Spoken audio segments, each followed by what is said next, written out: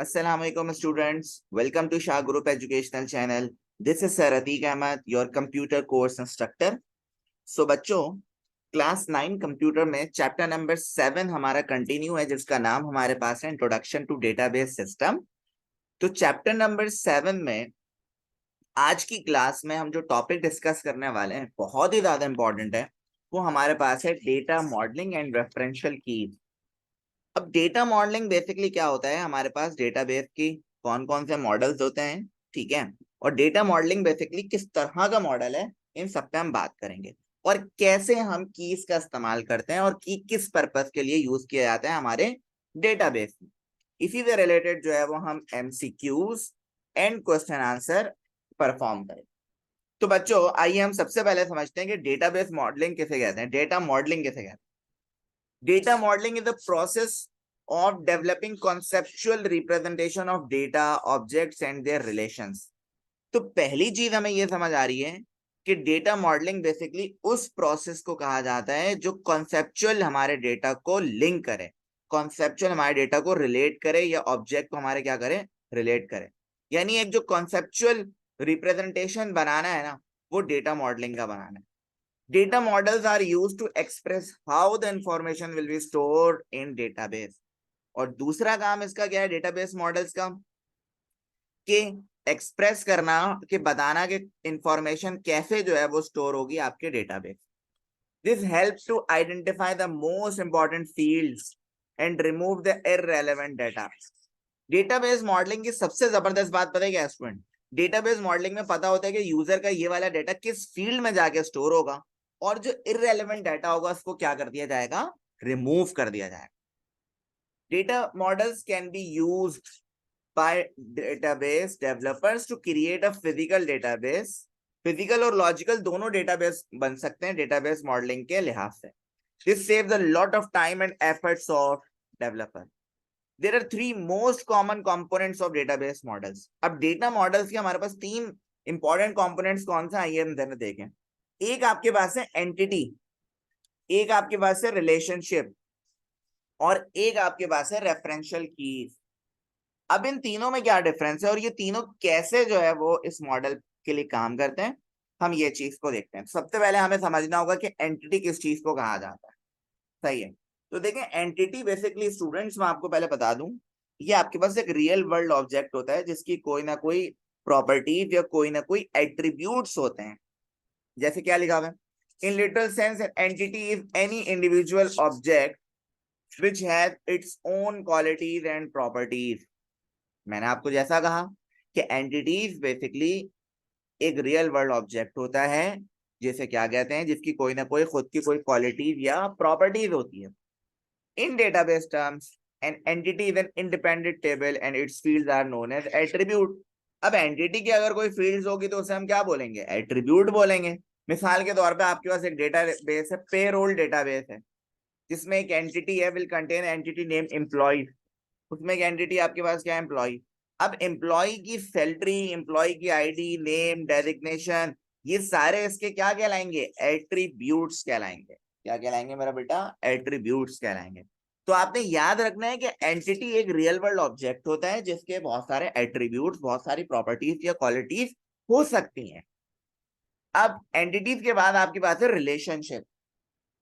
अगर हम MS access में रिलेशनशिप की बात करें तो रिलेशनशिप किस चीज को कहते हैं, ये जरा देखें।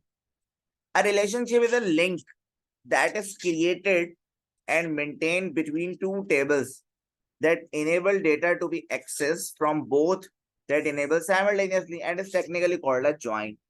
अगर हमें बेटा जी दो या दो से ज्यादा टेबल्स को ज्वाइन करना हो तो उनके दरमियान हमें रिलेशन कायम करना होता है। सही है, तो रिलेशनशिप हमारे पास टेक्निकली क्या, दो टेबल्स को ज्वाइन करने के लिए यूज किया जाता है। There are three types of relationship in MS Access. तीन तरह के रिलेशनशिप्स मौजूद हैं। एक हमारे पास है वन टू वन रिलेशन, एक हमारे पास है वन टू मैनी रिलेशन और एक हमारे पास है मैनी टू मैनी रिलेशन।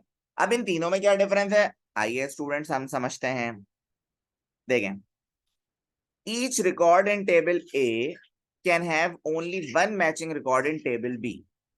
बात समझ आ रही है? And each record of table B can have only one matching record of table A. This type of relationship is common because most information related in this way would be in one table.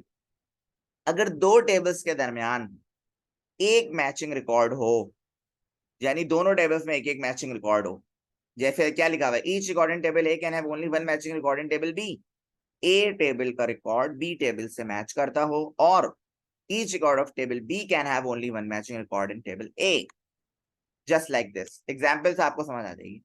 आपके पास दो tables हैं, एक है company car और एक है employ. इन दोनों में बच्चों, इन दोनों टेबल्स में एक मैचिंग रिकॉर्ड है। कौन सा? Car ID. कौन सा? Car ID. ये आपके पास मैचिंग रिकॉर्ड है। तो बेटा ये कौन सा रिलेशन कहलाएगा? ये कहलाएगा 1 to 1 का रिलेशन। किसका कहलाएगा स्टूडेंट्स? 1 to 1 का रिलेशन कहलाएगा।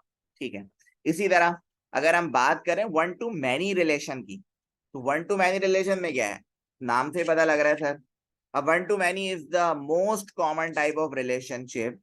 In 1 to many relationship, a record in table A can have many matching record in table B, but a record in table B has only one matching record in table A. इसका क्या मतलब हुआ? इसका मतलब ये हुआ, देखिए मैं आपको समझाता हूँ। ये देखें कि एक, ये देखो पहले रीड कर लो क्या लिखा हुआ है। A record in table A can have many matching record in table B. Table A, ये टेबल A है, सही है, ये टेबल A है।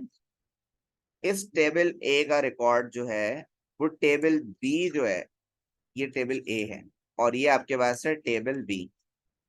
तो टेबल A और B में होगा ये कि बहुत सारे रिकॉर्ड मैच करेंगे, जैसे 1 2 3, तो ये बन गया, बल्कि एक ही से आएगा, ये एक ही एंटिटी से आएगा, तब ये 1 to many बनेगा। यही तो लिखा हुआ है, A record in table A can have many matching record in table B, यानी A में जो रिकॉर्ड है वो टेबल B के बहुत सारे रिकॉर्ड से मैच करता है, but a record in table B has only one matching record in table A। मतलब यहाँ पे एक ही एंटिटी हो, एक ही एट्रीब्यूट हो, एक ही फील्ड हो, और इसी से सारे जा रहे हो।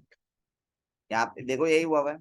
आपके पास एग्जाम्पल में एक कस्टमर टेबल है, एक ऑर्डर टेबल है। तो आप देख सकते हो मेरे बच्चों, कस्टमर टेबल और ऑर्डर टेबल में क्या आपको नजर आ रहा है कि हर ऑर्डर में एक चीज है। क्या चीज? Customer ID.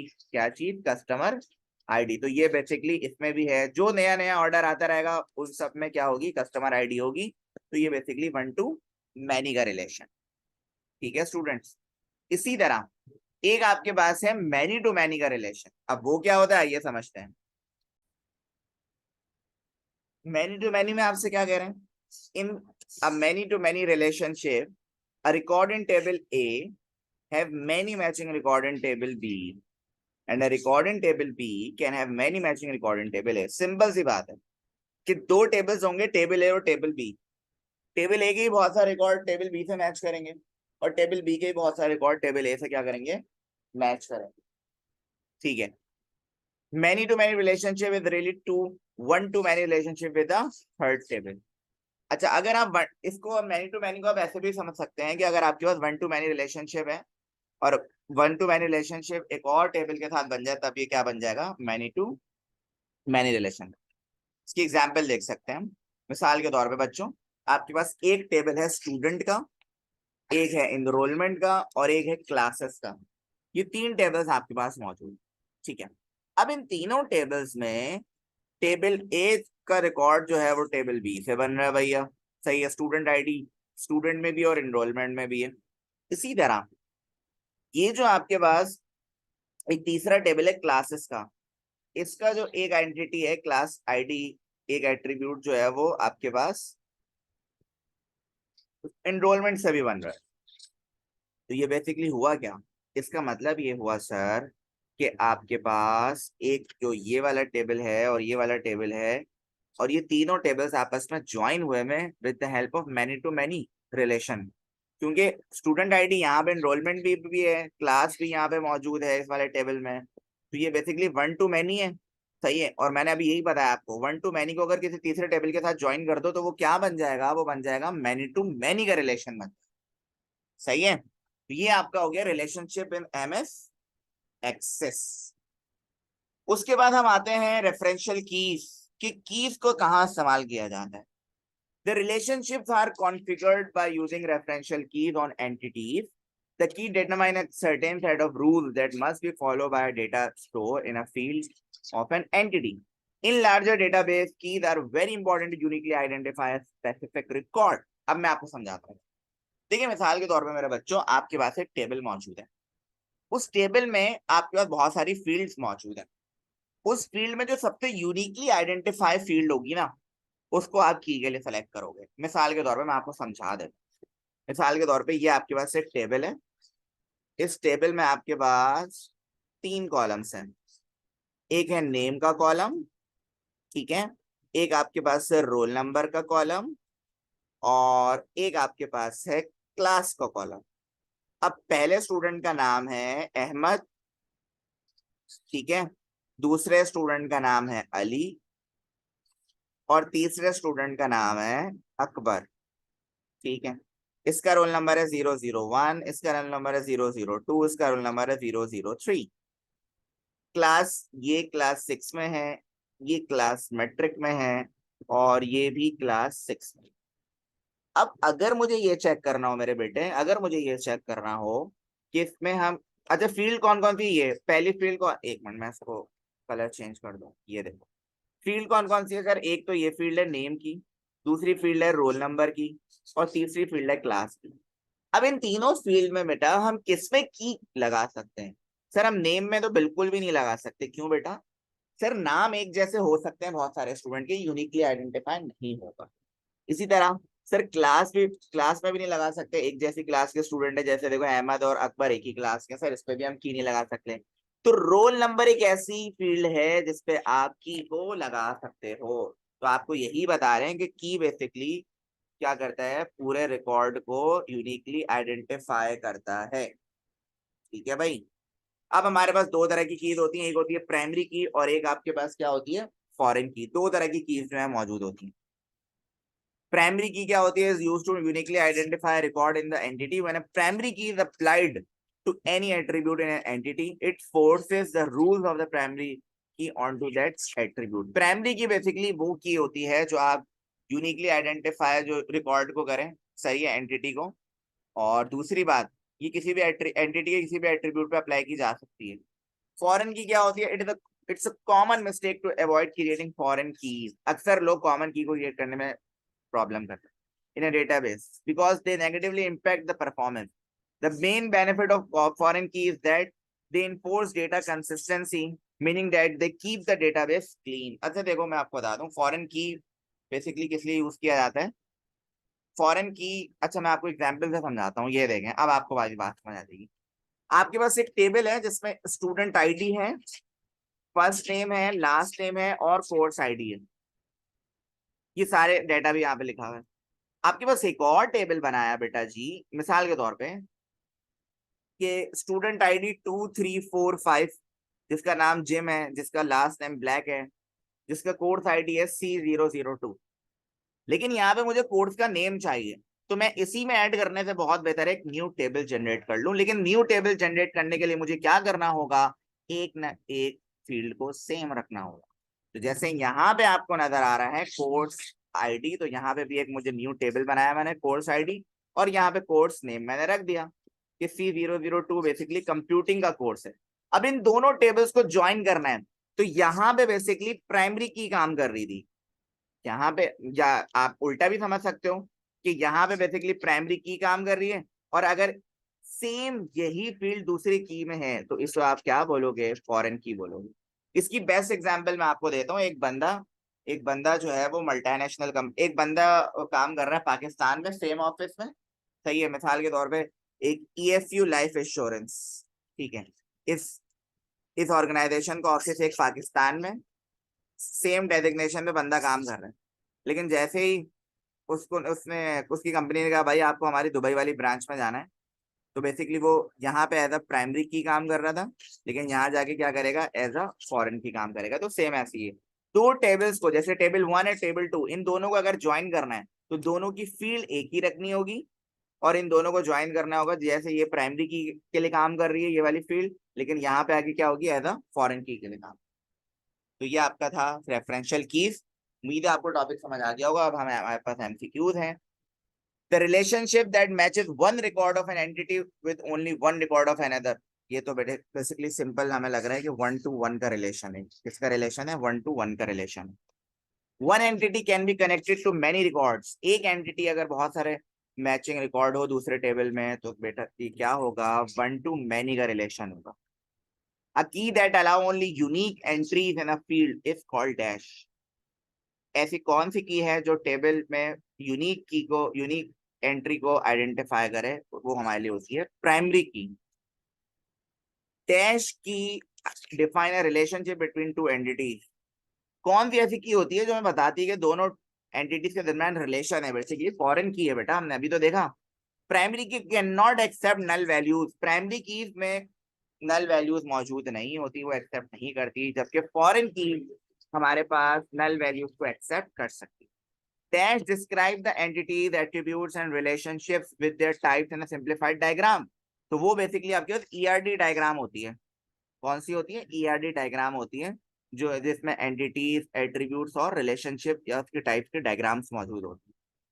अच्छा, एमसीक्यूज के बाद आ जाए क्वेश्चन आंसर में। लॉन्ग के लिए बहुत ज्यादा इंपॉर्टेंट है। डेटा मॉडलिंग, जैसा कि हमने पढ़ा, ये हमारे पास एक data modelling in the process of developing conceptual representation of data objects and their relations.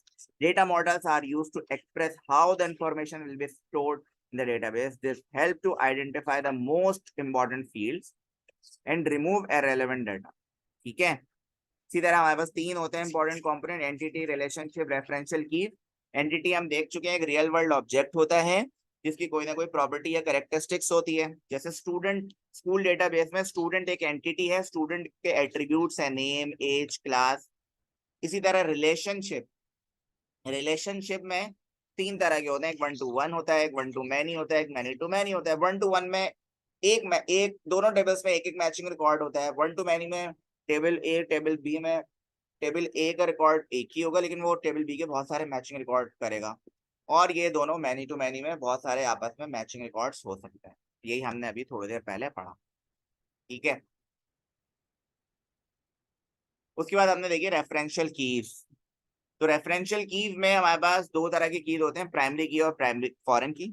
तो हमने देखा एक टेबल ये है स्टूडेंट आईडी, नेम, कोर्स, और एक टेबल है डिपार्टमेंट।